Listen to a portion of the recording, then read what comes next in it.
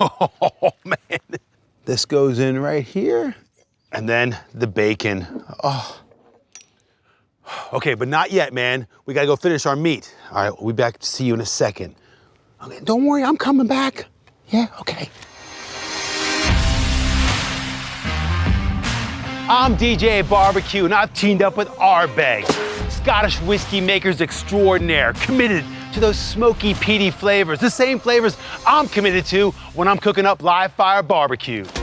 I'm here to explain the 3 laws of heat, smoke, and wood. If you rock those laws, you'll become the grand master, taking your barbecue to the upper echelons to get the best out of our meat.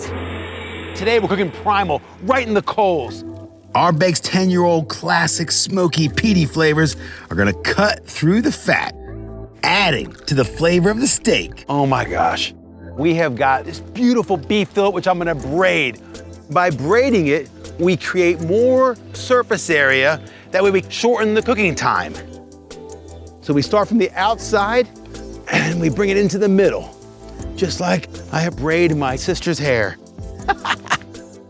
Once your coals go whitish gray, it's time to get the meat on the heat. Now you think this is just gonna burn it to heck, but no. By placing the meat straight on the coals, you've suffocated the fire. You're gonna get such beautiful, smoky, charred flavors. All right, you are good to go. This was about 15, 20 minutes, turned it about 4 or 5 times, and now we let it rest so the juices go back into that muscle. It's the perfect time to make our Ardbeg Old Fashioned. It's cocktail time. Okay, here we go. Wakapang. You want orange bitters and black walnut bitters. Couple glugs, and we're gonna bring a bit of maple syrup. And now the turn of the main event. 10-year-old whiskey.